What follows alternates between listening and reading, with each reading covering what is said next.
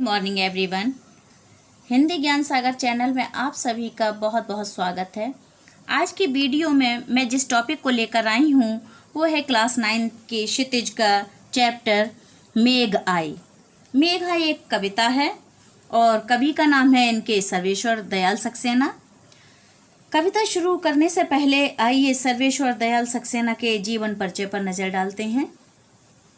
सर्वेश्वर दयाल सक्सेना का जन्म उत्तर प्रदेश के बस्ती जिले में सन 1927 को हुआ। उन्होंने इलाहाबाद विश्वविद्यालय से उच्च शिक्षा ग्रहण की। आरंभ में उन्हें आजीविका हेतु काफ़ी संघर्ष करना पड़ा। बाद में दिनमान के उप संपादक एवं चर्चित बाल पत्रिका पराग के संपादक बने। सन 1983 में उनका आकस्मिक निधन हो गया। काठ की घंटियाँ, बांस का पुल, एक सूनी नाव, गर्म हवाएं, क्वानो नदी, जंगल का दर्द, खूंटियों पर टंगे लोग उनके प्रमुख संग्रह हैं। नई कविता के प्रमुख कवि सर्वेश्वर दयाल सक्सेना ने उपन्यास, नाटक, कहानी, निबंध एवं प्रचुर मात्रा में बाल साहित्य भी लिखा है। दिनमान में प्रकाशित चर्चे और चरखे स्तंभ के लिए सर्वेश्वर बहुत चर्चित रहे। उन्हें साहित्य अकादमी पुरस्कार से सम्मानित किया गया। सर्वेश्वर के काव्य में ग्रामीण संवेदना के साथ साथ शहरी मध्य वर्गीय जीवन बोध भी व्यक्त हुआ है। ये बोध उनके कथ्य में ही नहीं, भाषा में भी दिखाई देता है। सर्वेश्वर की भाषा सहज एवं लोक की महक लिए हुए है। आइए पाठ परिचय जानते हैं। संकलित कविता में कवि ने मेघों के आने की तुलना सजकर आए प्रवासी अतिथि यानी दामाद से की है। ग्रामीण संस्कृति में दामाद के आने पर उल्लास का जो वातावरण बनता है, मेघों के आने का सजीव वर्णन करते हुए कवि ने उसी उल्लास को दिखाया है। मेघ आए कविता में मेघ आए, ये आप देख रहे हैं, ये कविता है और इसमें ये जो बादल आ रहे हैं, बादल का चित्र भी दे रखा है। शुरू करते हैं। शुरू करने से पहले थोड़ा सा और परिचय मैं बताना चाहूँगी कि मेघ आए कविता में कवि ने मेघों के आने की तुलना सज धज कर अपनी ससुराल आए दामाद से की है। जब दामाद अपने ससुराल आता है तो काफ़ी सज धज कर तैयार होकर आते हैं। दामाद का बहुत ही ज़्यादा महत्व है हमारे समाज में, और वो दामाद केवल उसी ससुराल का ही नहीं होता बल्कि अड़ोस पड़ोस के सभी लोग उन्हें बड़ा सम्मान देते हैं। तो इसलिए जिसकी बड़ी आव भगत की जाए बहुत ही ज़्यादा, तो उन्हें व्यंग्य में भी कह देते हैं क्या भाई दामाद हो। तो वही चीज़ है। ग्रामीण संस्कृति में दामाद के आने पर होने वाले उल्लास भरे वातावरण को मेघों के आने के साथ जोड़कर उसका बड़ा ही सजीव वर्णन किया है कवि ने। और गांव में बहुत दिनों के बाद जब मेघ रूपी मेहमान आए हैं तो चारों ओर खुशी छा जाती है और हवा उड़कर मेहमान के आने का संदेश दे रही है। इस तरीके का वातावरण है। तो आइए पढ़ते हैं कविता। मेघ आए बड़े बंठन के संवर के, आगे आगे नाचती बयार चली, दरवाजे खिड़कियां खुलने लगी गली गली, पाहुन ज्यों आए हों गाँवों में शहर के, मेघ आए बड़े बंठन के संवर के। आइए शब्दों के, कठिन शब्दों के अर्थ जान लेते हैं। मेघ बादल के लिए कहा गया है, बंठन के यानी सज धज कर, बयार कहते हैं हवा के लिए, पाहुन अतिथि मेहमान के लिए, और ज्यों माने जैसे। आइए भावार्थ जानते हैं।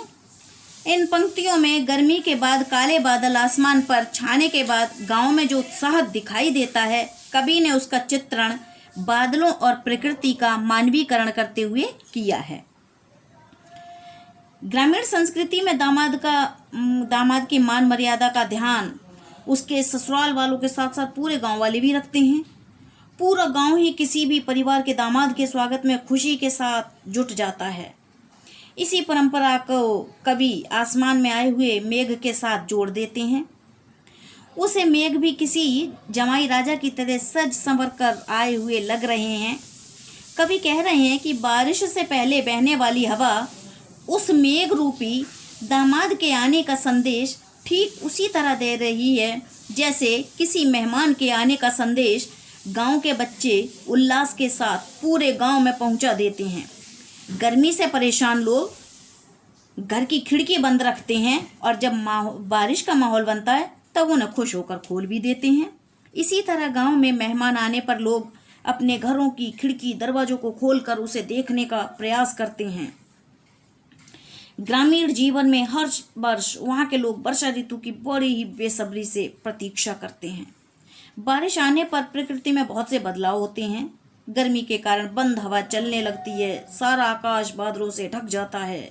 गर्मी से राहत पाए सभी लोग घर से निकलकर वर्षा ऋतु का आनंद लेने लगते हैं। तो इन पंक्तियों में मेघ को गांव में आए पाहुन या दामाद की तरह प्रस्तुत किया गया है।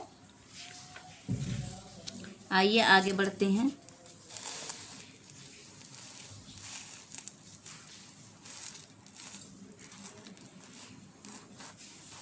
पेड़ झुक झांकने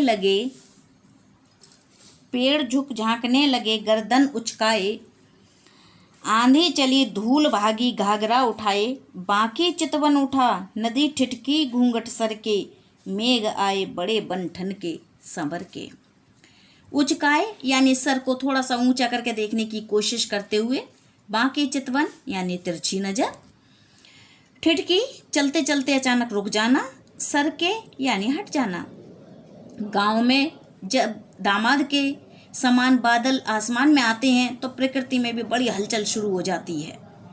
गांव के लोग दामाद के आने पर जैसे अपनी जगह पर रहकर ही ऊपर से झुककर नीचे से गर्दन उचकाकर झांककर उस मेहमान को देखने की कोशिश करते हैं, वैसे ही बादल के आने पर पेड़ हवा के बेग से कभी झुकते हैं तो कभी तने हुए से लगते हैं।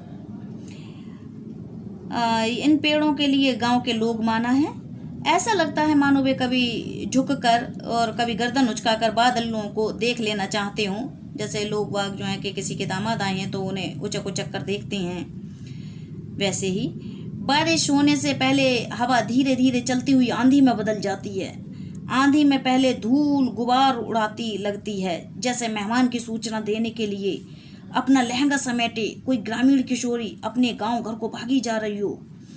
हम सभी ने बारिश में इस तरह का दृश्य बनते जरूर देखा ही होगा कि कई बार जब आंधी चलती है तो धूल का एक भंवर सा बन जाता है। तो इस भंवर को देखकर कवि ने ये कल्पना किया मानो धूल जो है एक स्त्री को, धूल को क्या एक स्त्री माना है और जैसे वो घाघरा उठाकर भाग रही है। बारिश से पहले बड़ी भीषण गर्मी का मौसम होता है, नदी में पानी भी कम होता है और कई बार तो इतना पानी कम होता है कि जैसे नदी ठहरी हुई सी लगती है। तो उसे ऐसा लगता है कि नदी भी जैसे धीरे धीरे रुककर बादल रूपी मेहमान को तिरछी नज़र से देखने लगती है। तो ठीक वैसे ही जैसे मेहमान के आने के समाचार से गांव की बहुओं ने घूंघट भी कर लिया है और उसको थोड़ा सा सरका कर अपनी तिरछी नज़र से उसे देख लेना भी चाह रही हैं। ये सब देखकर सचमुच ऐसा ही लग रहा है कि बन ठन कर मेघ जो हैं सज संवर कर अपनी ससुराल आए हैं। हवा, पेड़, आंधी, नदी आदि का इन पंक्तियों में बड़ा ही मोहक और सुंदर मानवीकरण किया है। अतः यहाँ पर मानवीकरण अलंकार होगा। आइए अगली पंक्तियाँ पढ़ते हैं। बूढ़े पीपल ने बढ़कर आगे जोहार की, बरस बाद सुध लीनी बोली अकुलाई लता, ओट हो किवार की हरसाया ताल लाया पानी परात भर के, मेघ आए बड़े बंठन के संवर के।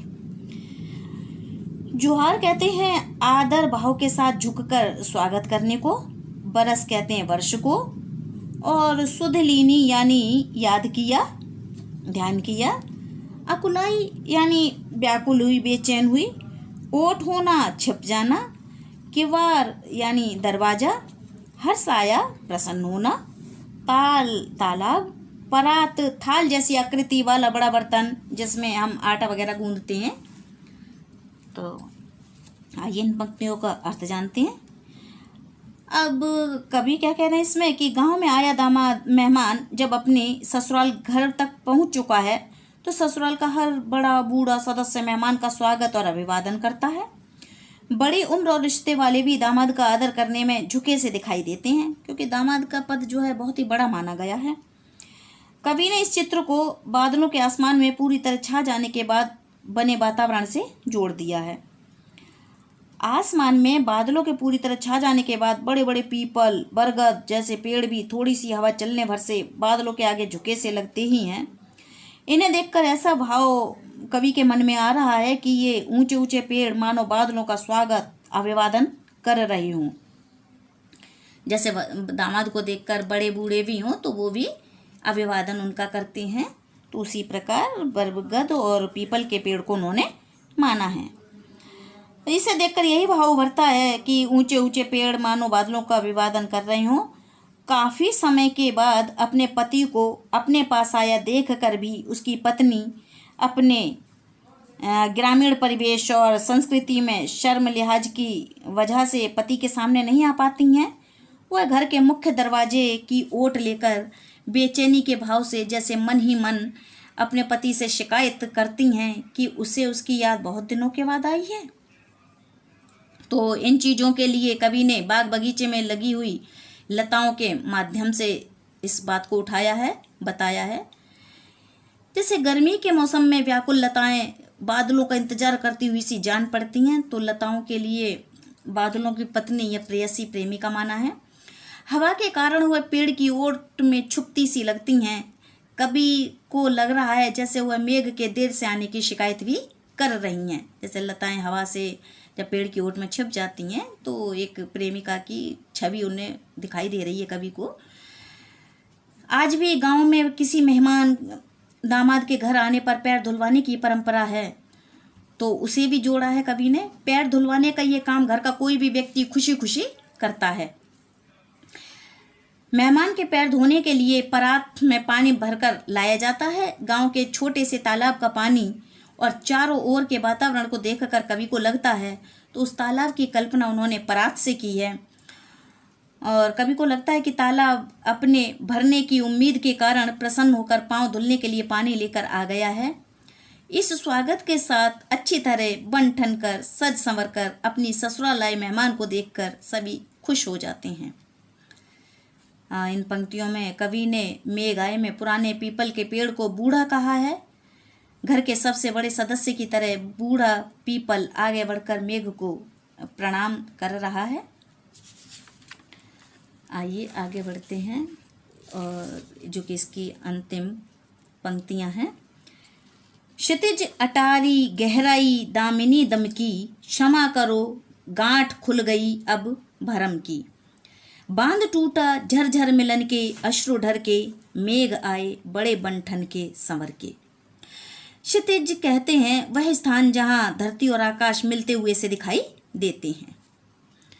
अटारी मकान के सबसे ऊपर बना एक छोटा कमरा। दामिनी दमकी यानी बिजली का चमकना। अब इन पंक्तियों में कवि कहते हैं कि क्षितिज बादलों से भर गया है और उनके बीच बिजली रह रहकर कौंध रही है और झरझर वर्षा प्रारंभ हो गई है। कवि ने इस चित्र को मेहमान और उसकी प्रिय पत्नी के मिलन के साथ जोड़कर प्रस्तुत किया है। अपने पति के अब तक न आने के कारण मेहमान की पत्नी को तरह तरह की जो आशंकाएं हो रही थीं, वे अब आशंकाएं बेकार सी हो जाती हैं। जब दोनों मिलते हैं तो मानो भावनाओं की बाढ़ में बिजली सी कौंध जाती है।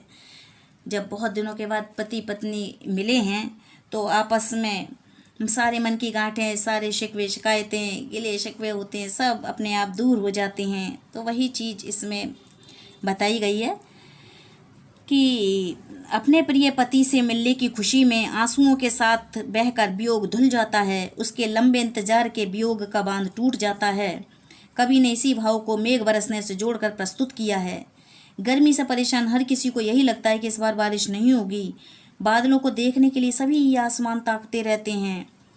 बादलों के आसमान में छाने और बिजली चमकने के साथ ही जब बारिश शुरू हो जाती है तब ये सारी बातें, शिकायतें समाप्त हो जाती हैं।